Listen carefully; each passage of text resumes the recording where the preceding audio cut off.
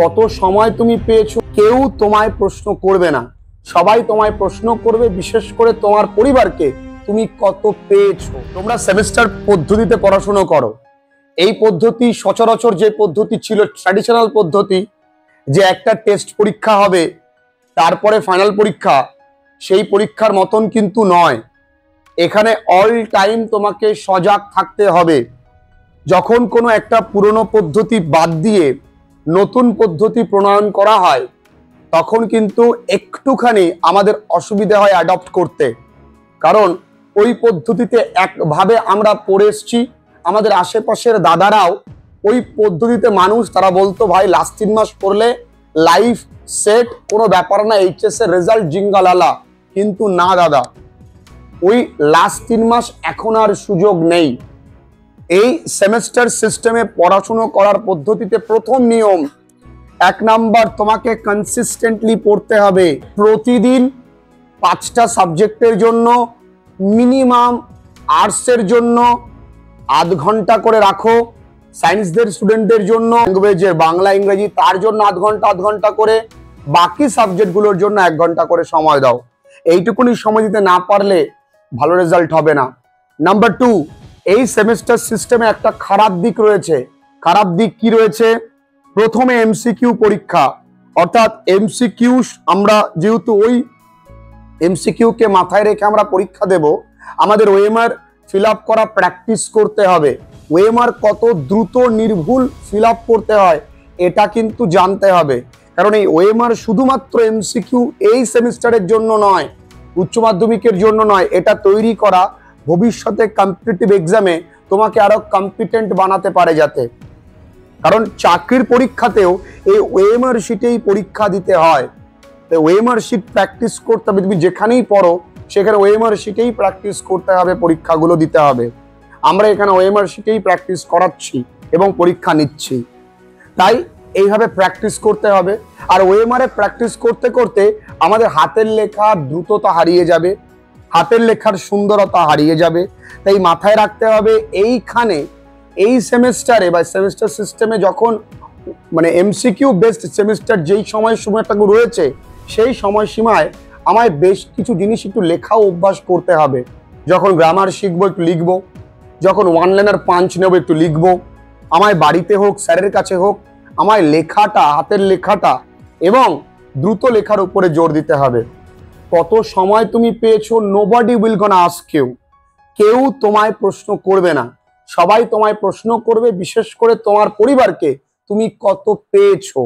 Semester সিস্টেমে number অনেক ওঠে ঠিকই, কিন্তু এখানে সিরিয়াসনেসটা ভীষণভাবে প্রয়োজন। প্রতিদিনের পড়া প্রতিদিন করে যেতে হবে অ্যাট এনি কস্ট।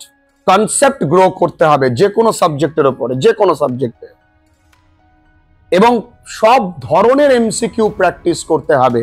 শুধু ওই নর্মাল এমসিকিউ করলে হবে না, ডায়াগ্রাম বেসড রয়েছে, টেস্ট বেসড এমসিকিউ রয়েছে, তাই না, ট্রু ফলস রয়েছে, অ্যাজারশন রিজন রয়েছে, আছে না, সব ধরনের এমসিকিউ প্র্যাকটিস করতে হবে। আর এখানে আরেকটা জিনিস খুব মাথায় রাখো, গাদাগুচ্ছের বই প্র্যাকটিস না করে যে কোনো একটা বই ভালো করে প্র্যাকটিস করো, এবং প্র্যাকটিস করাকালীন মাথায় রাখো, পরীক্ষার আগে, যে কোনো সাবজেক্টের পরীক্ষার আগে সর্বোচ্চ একটি রাত, একটি দিন বা একটা রাত তুমি হাতে সময় পাবে। ওই রাতে কি পড়বে এখন থেকেই তুমি সেটা সিলেক্ট করে রাখবে, যে ওই রাতে পুরো টেক্সট পড়া আমার দ্বারা সম্ভব নয়, তাই ওয়ান লাইনার পাঞ্চ রেডি রাখবো। এবং যখন আমি এমসিকিউ সলভ করছি, যেই এমসিকিউ গুলো আমার বাদছে, এমসিকিউ গুলো আমি একটু হাইলাইটার দিয়ে দাগিয়ে রাখবো, বা পারলে ওইগুলো ওয়ান লাইনার পাঞ্চ করে খাতায় লিখে রাখবো, টাফেস্ট এমসিকিউ বলে একটা নোট ডাউন করে। তাহলে পরীক্ষার আগে তো পুরো টেক্সট পড়া সম্ভব নয়, ওয়ান লাইনার পাঞ্চ দেখে গেলাম, পাঠ্য পড়ার সময় যে জায়গাগুলো আমি গুরুত্বপূর্ণ বলে দাগিয়ে দিই সেই জায়গাগুলোকে আমি হাইলাইট করে রাখলাম, এতে করে পরীক্ষার আগে অ্যাটলিস্ট এই লাইন কটা দেখতে পারি, এই ওয়ার্ড নোটস কটা দেখতে পারি। আর সেমিস্টার সিস্টেমে মক টেস্ট দেওয়াটা ভীষণ গুরুত্বপূর্ণ, কারণ এই মক টেস্ট গুলোকে টার্গেট রেখেই আমি আমার প্রস্তুতিটা ছক করব। এখানে মক টেস্ট যে না দেবে তার ভালো রেজাল্ট হবে না। পরীক্ষাকে কিসের ভয়? আর 1 বছর পরে তোকে কেউ জিজ্ঞাসা করবে না কি করিস তুই, কারণ দেখবি এইচএস পরে জীবন তোকে এতটাই নিঃসঙ্গতায় ফেলে দেবে যেই বন্ধু বান্ধবী তোকে পড়তে যাবার জন্য ডাকতো, এইচএস এর পরে তাদের কাউকে খুঁজে পাবি না। তখন রিয়ালিটি কাকে বলে বুঝবি। তাই এখন থেকে নিজেকে একটু একা করে পড়তে শেখ, নিজের জন্য পড়াশোনাটা কর। ভালো কিছু পেলে তোর ভালো লাগবে, ভালো কিছু জীবনে লব্ধ করলে তোর আনন্দ হবে আর তোর বাবা মায়ের। নিজের ভালোটা তো পাগলেও বোঝে, তোরা কি আমি আমার প্রশ্ন মাথায় আসে না ভাই। আমি পড়বো জানি, পড়তে বসাটা অতটাও সোজা নয়, পড়তে বসার ইচ্ছে প্রত্যেকের আছে, কিন্তু পড়তে বসতে কেউ পারে না। সিরিয়াসলি পড়াশুনো কর, সেমেস্টার সিস্টেমে হালকা ভাবে নিস না। দেখ বলা থাকে 6 মাস, কিন্তু সময় দেয় ঠিকঠাক ধরলে 4 মাস। আর তোরা তো পরীক্ষাগারে গিনিপিগের মতন, তোরা হাতে কমাস পাবি, কেমন প্রশ্ন হবে, কি ইনজেকশন তোদের দিকে আসতে চলেছে তোরা জানিস না। তোদের মুন্ডু কাটবে না তোদের হাত কাটবে তোরা জানিসও না।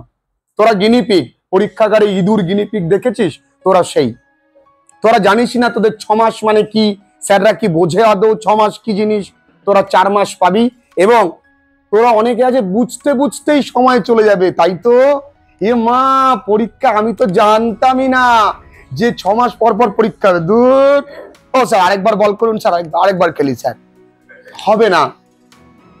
এখানে you will never get second chance পাবে না। আর মনে রাখবে এই রেজাল্ট কিন্তু বোর্ড দেবে, তাহলে স্কুলের কোনো রকম তদারকি থাকবে না এই বিষয়টাতে। একটু সাবধান। রেজাল্ট ওয়ান্স ইজ প্রিন্টেড, একবার রেজাল্ট প্রিন্ট হয়ে যাবে, সারা জীবন তোমার সম্মানের কিন্তু ওটা একটা সার্টিফিকেট। যেন পরবর্তী প্রজন্মকে যদি জিজ্ঞাসা করে আচ্ছা কাকু তুমি কত পেয়েছিলে, কাকু যেন না ধমক দিয়ে নিজের অপারগতাকে ঢাকতে হয়। চুপ কর, বড়দের মুখে মুখে কথা। কাকুতে ওইদিকে 3rd ডিভিশন সেটা বলতে পারছে না তো, কিন্তু পসিবল, ভালো রেজাল্ট করা সম্ভব। এখন থেকে অল্প অল্প করে নিজের জন্য সময় বের করো, এক ফোঁটাও ফাঁকি দিও না। সময় কিন্তু হাতে 4 মাস এখনো আছে।